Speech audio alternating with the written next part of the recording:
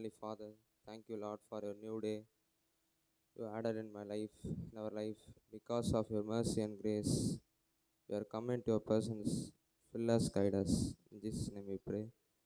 Amen. Hallelujah. We are going to sing one song. I come before you today, and there just one thing that I want to say. We will sing the song and glorify the Lord's name.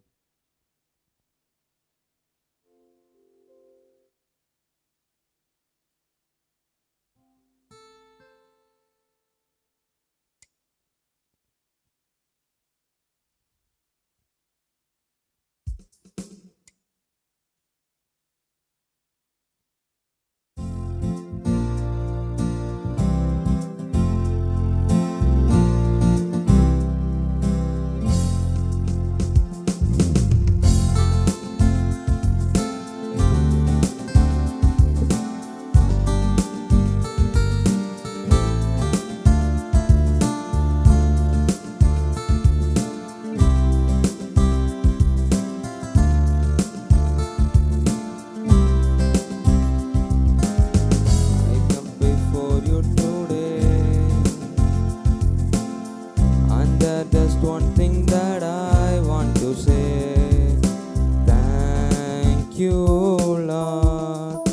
I just want you. Thank you, Lord, for all you given to me, for all the blessings that I cannot see. Thank you, Lord. Thank you, Lord. With a grateful heart, with a song of praise, with an outstretched arm, I bless your name. Thank you, Lord. I just want to thank you, Lord. Say thank you, Lord. Thank you, Lord. I just want to thank you, Lord. Thank you, Lord.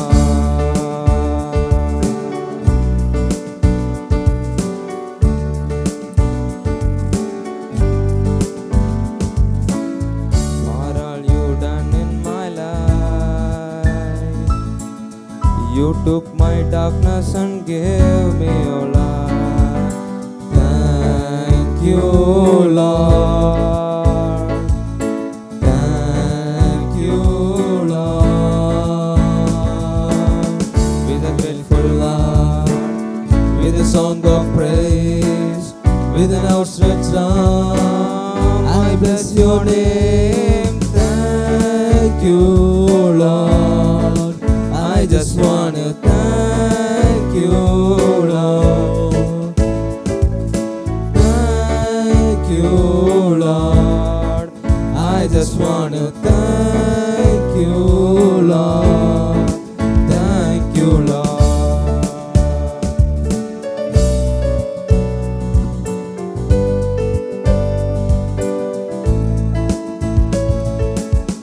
You took my sin and my shame.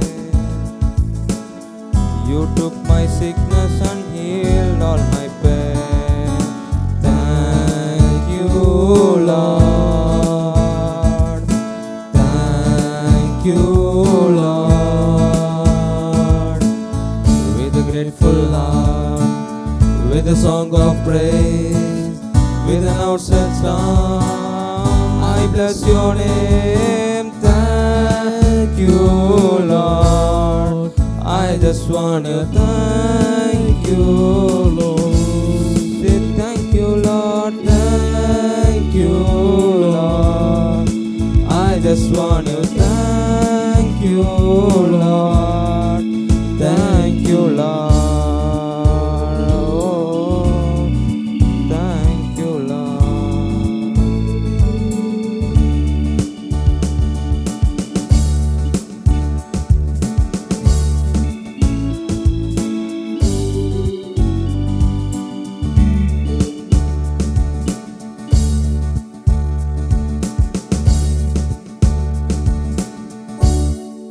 Hallelujah. Hallelujah. Our God is a way maker. The Bible says, "Behold, I will do something now. Now it will spring forth. Will you not aware of it? I will ever make a roadway in the wilderness, rivers in the desert. Yes, the Lord, you make miracles and promises." Yes, we close your eyes and we worship our Lord, our Almighty Father. We thank you. We thank you for your grace and mercies in our life, Lord. Your presence is filling us. We thank you, Father. You are a way maker. You are a miracle worker, Father. You are way maker, miracle worker, promise keeper, light in the darkness. My God, that is who you are. You are way maker, miracle worker, promise keeper, light in the darkness. My God, that is who you are. You are here, moving in our midst. I will worship you. I will worship you. You are here, walking in this place. I will worship you. I will worship you. You are way maker, miracle worker, promise keeper, light in the darkness. My God, that is who you are. You are way maker, miracle worker, promise keeper, light in the darkness. My God, that is who you are.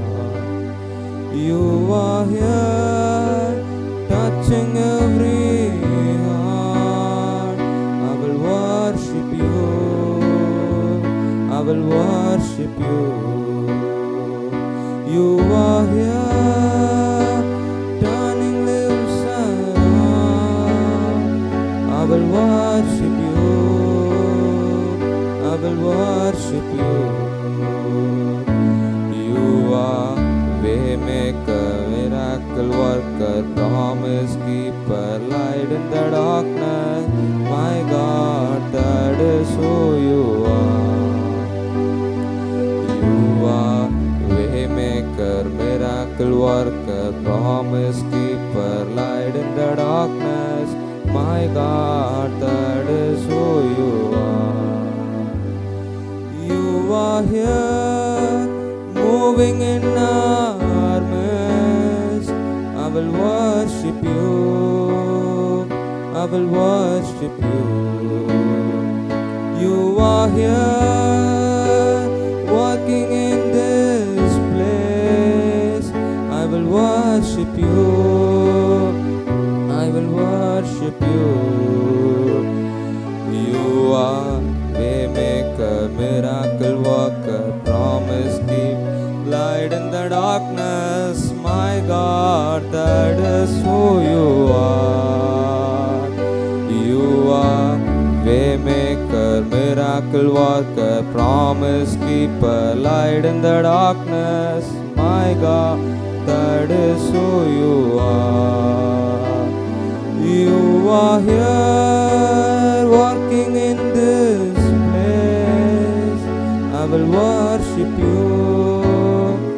I will worship you. You are here, walking in this place. I will worship you. I will worship you. You are way maker, miracle worker, promise keeper, light in the darkness. My God, that is who you are. You are way maker, miracle worker, promise keeper, light in the darkness. My God, that is who you are. You are here, moving worship you. I will worship you. You are here, walking in this place. I will worship you. I will worship you. You are waymaker, miracle worker, promise keeper, light in the darkness. My God, that is who you are. You are waymaker, miracle worker, promise keeper, light in the darkness. My God, that is who you are. That is who you are. That is who you are. Thank you, Lord, for your presence and moving around us.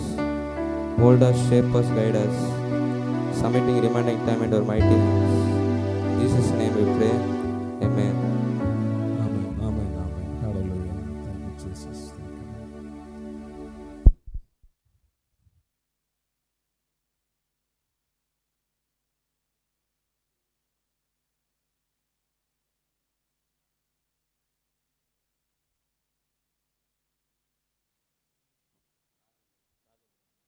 Hallelujah. Amen. This is a good day. God is with us. Let us welcome Brother Rajendran from Chhattisgarh to share the word of God. Amen. Please come in, brother. Praise the Lord. Thank you. Hallelujah.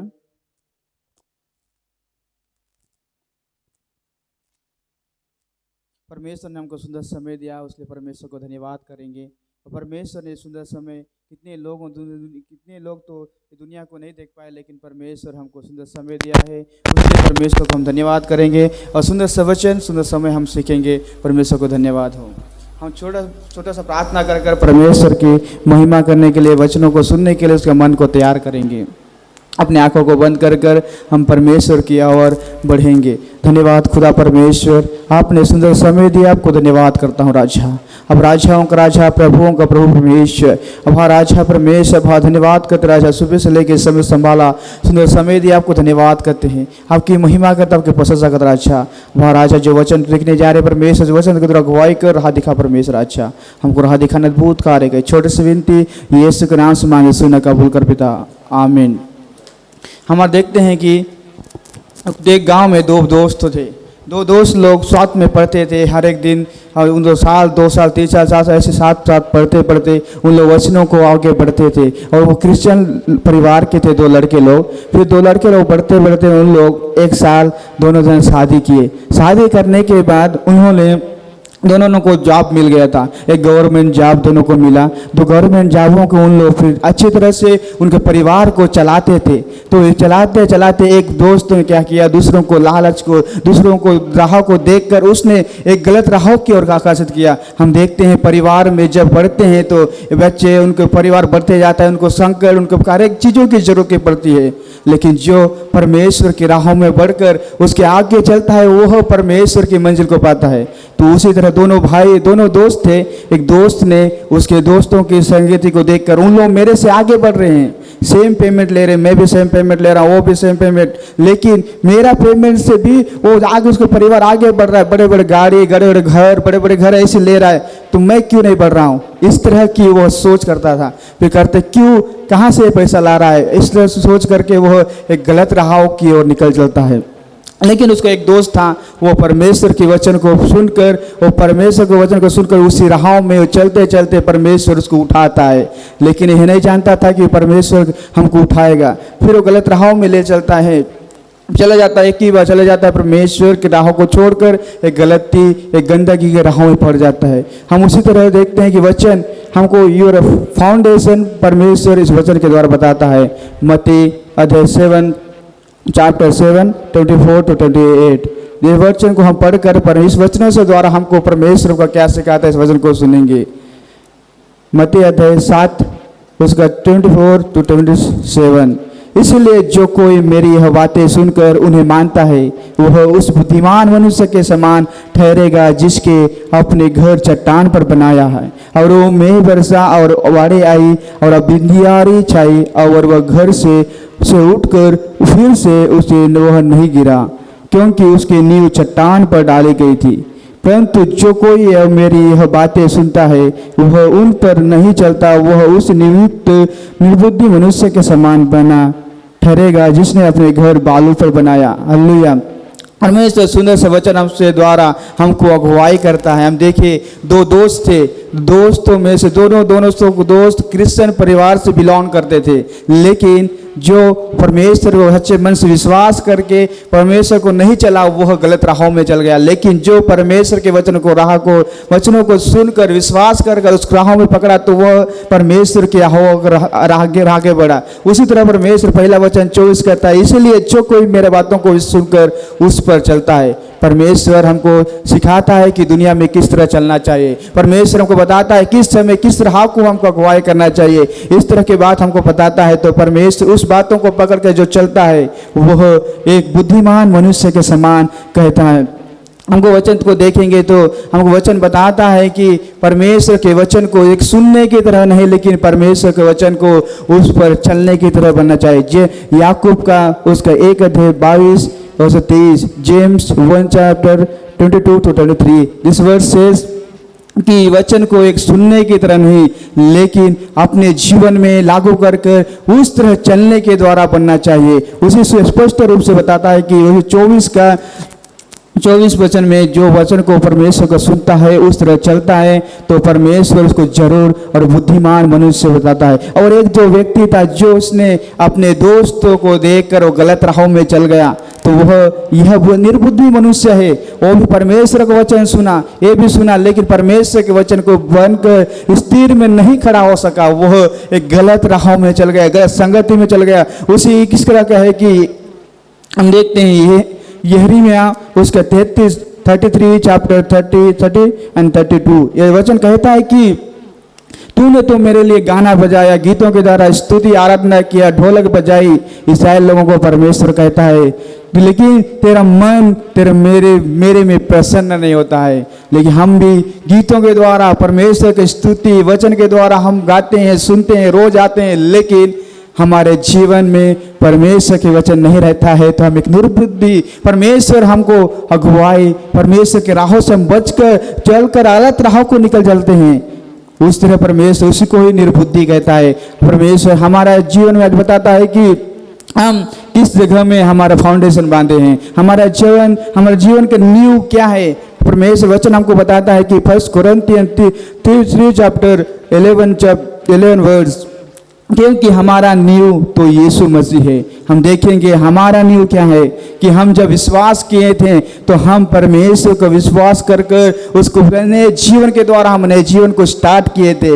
लेकिन हमारा जीवन हम 5 साल 6 साल 7 साल हो रहा होगा हमारा विश्वास, लेकिन हमारा नींव अब तक किसमें स्थिर है। हम देखते हैं कि सांसारिक जीवन की ओर क्या परमेश्वर के जीवन की ओर हम इसी तरह के हम इस वचन कहता है कि स्पष्ट रूप से क्योंकि हमारा नींव पर यीशु मसीह पर रहना चाहिए।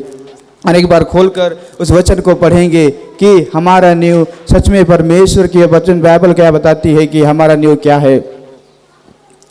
कि हमारा नींव तो एक परमेश्वर के नींव में बने हुए उसके अगुवाई में चलना चाहिए।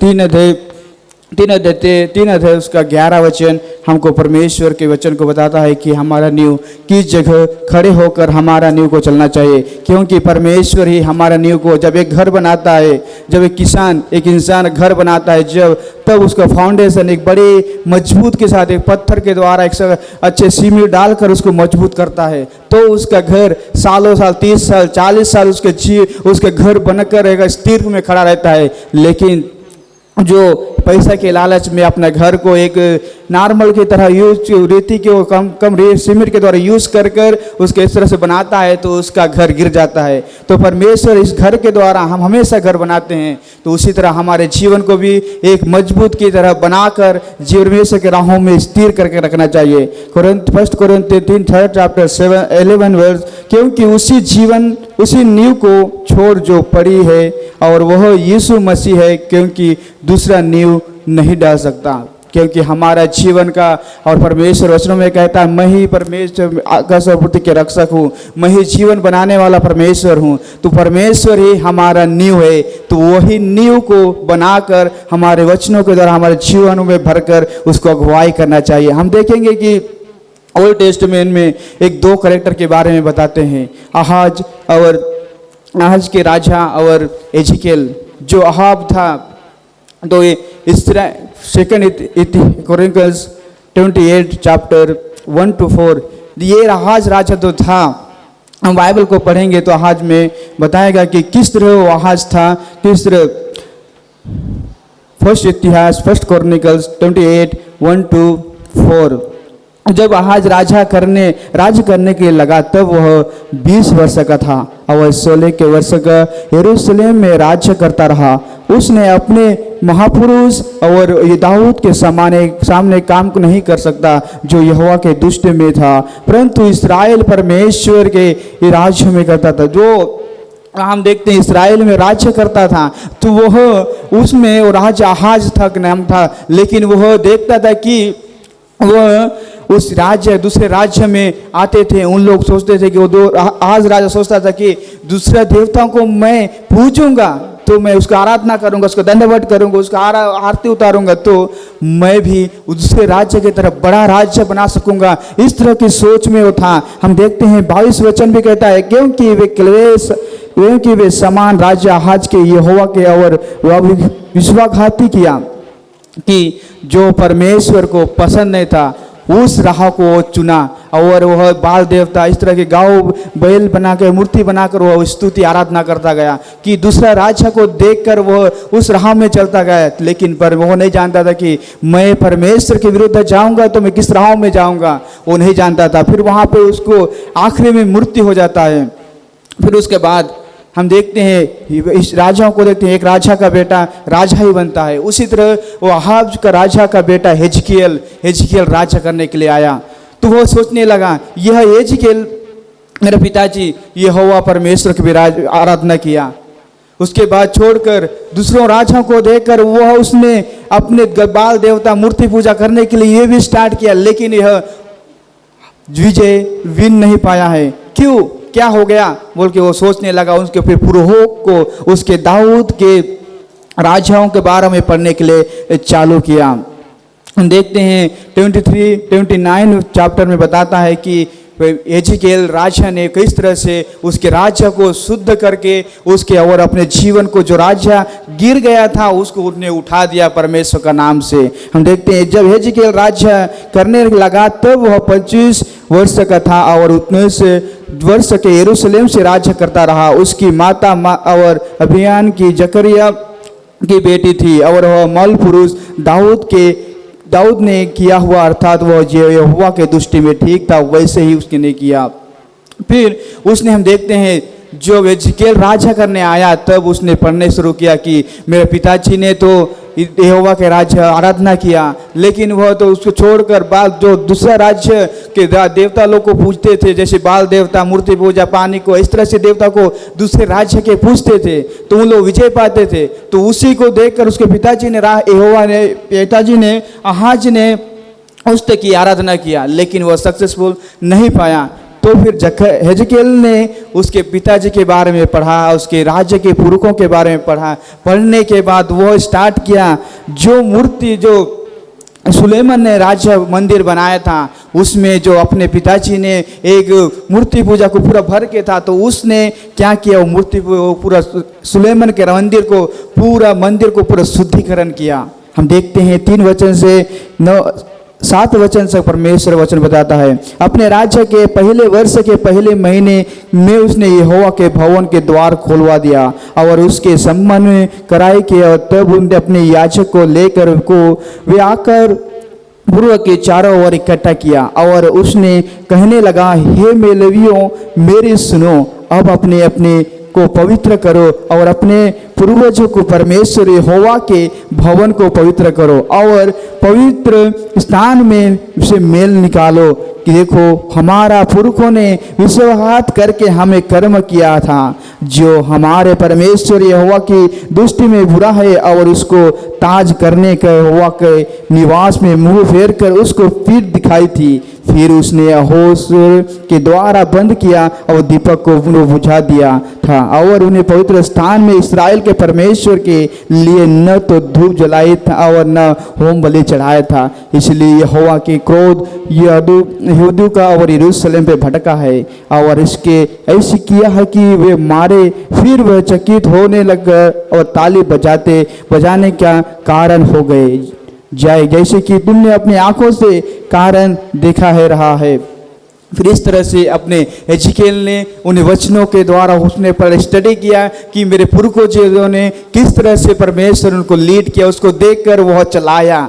तो एजिकेल अपने उसके द्वारा परमेश्वर ने बाद में बड़े बड़े चमत्कार किए, बड़े बड़े काम किए कि वो किस तरह विजय पाया। हम देखते हैं कि वचन में बताता है कि एजिकेल जब एक राजा ने उसको घेर लिया था, एक राजा ने घेर लिया था, 3 महीने तक घेरा था, लेकिन परमेश्वर ने उसको विजय दिया कि परमेश्वर ने उसको हर एक जन उसको थूके कि तेरा राज्य को सबको एक एक करके वो फिलिस्तीन के राजा आकर लेके जा रहा है। तो किस परमेश्वर की स्तुति करता है तो उसके राज्य के हर एक सैनिक से लेकर हर एक लोग उसको तुच्छ जाने किस कैसे तू राजा है। तेरे पिताजी को देख खड़ा होकर लड़ाई किया, लेकिन वह नहीं रुका तेरे जैसा बोल के वह उनको सताएगा। लेकिन एजिकेल ने स्थिर बना रहा अपने विश्वास पर और परमेश्वर विश्वास कर रहा। तो वह आकर उसने स्वर्गदूतों को भेजकर उसने उस घर को उनको सैनिक को गिरा के मरवा डाला। तो उसी तरह हम भी भाइयों हम देखते हैं हमारे जीवन में हम भी परमेश्वर के वचन तो सुनते हैं, लेकिन हम किस जगह हम चलते हैं, किस राह में चलते हैं हम नहीं जानते। हम निकालिए कोरिन्थियों के फिलिपियों के नाम से पौलुस के पत्र का उसमें भी लिखा है कि परमेश्वर हमको जब युद्ध करते हैं 2 कोरिन्थियन उसका 9 चैप्टर उसका 10 चैप्टर उसका 3 अध्याय में 3 और 4 में कहता है, क्योंकि यद्यपि हम शरीर से चलते फिरते हैं तो भी शरीर के नहीं अनुसार नहीं लड़ते, क्योंकि हमारा लड़ाई तो हथियार शरीर नहीं और ढाल का ढेर देने वाला के परमेश्वर के द्वारा सामर्थ्य है। हालेलुया। जिस तरह परमेश्वर के वचन में कहा कि दो फाउंडेशन के बारे में हम सीखे हैं, तो इसी वचन के द्वारा बताता है कि कोरिन्थियों के नाम के 10 अध्याय के 3 वचन में, क्योंकि यद्यपि हम शरीर से चलते हैं, हम चलते हैं शरीर से हम, लेकिन परमेश्वर के वचन को जब तक हमारे दिल में हमारे माइंड में हमारे परमेश्वर के अनुग्रह हमने नहीं चलेंगे तो हमारा लड़ाई व्यर्थ है। जिस तरह एजिकेल ने अपनी लड़ाई में हर कामों में परमेश्वर के साथ रहकर बढ़ा, परमेश्वर को अगुवाई कर उनको राहों में चला, जिस तरह परमेश्वर उसको बताया उसी तरह वो अगुवाई उसी तरह वो विजय पाया।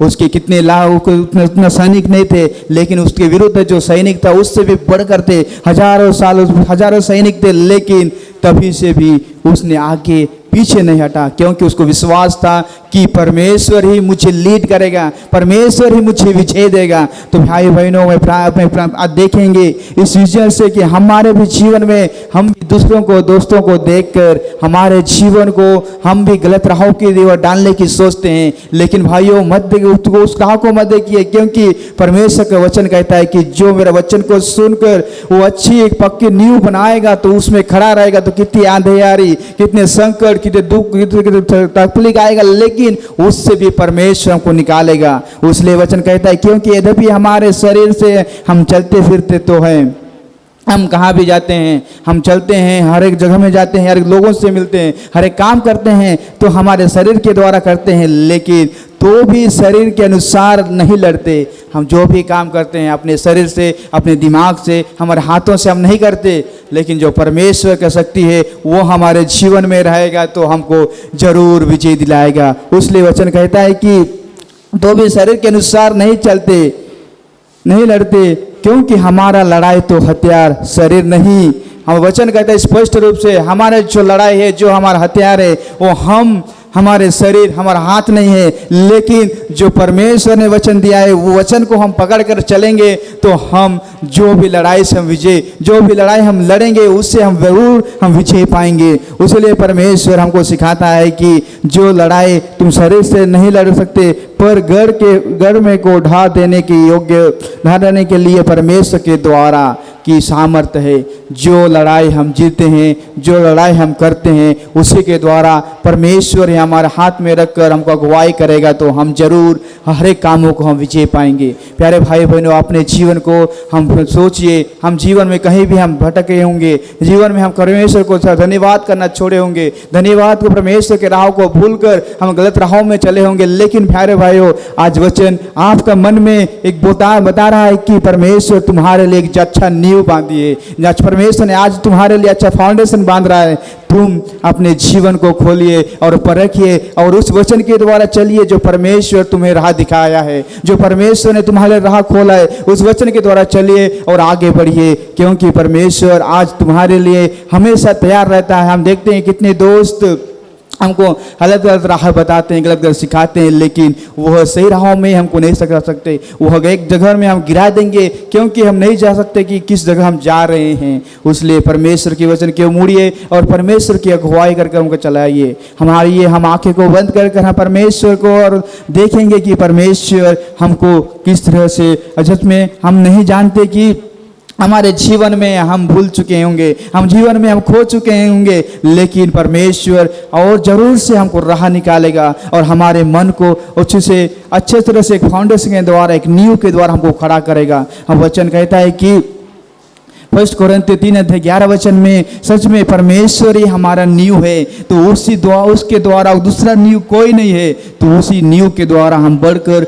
और आगे परमेश्वर के जीवन में हम अगुवाई करेंगे। धन्यवाद खुदा परमेश्वर को, धन्यवाद कतरा अच्छा आपने सुंदर समय दिया, आपने सुंदर से वचन दिया परमेश्वर, जो आपका नींव परमेश्वर, जो फाउंडेशन आपने हमको बनाया है, वो फाउंडेशन को पकड़कर उस राह में चलने के लिए हमको अगुवाई करा। अच्छा जरूर हम गिर जाते हैं, लेकिन आप उठाने वाला परमेश्वर को धन्यवाद करता।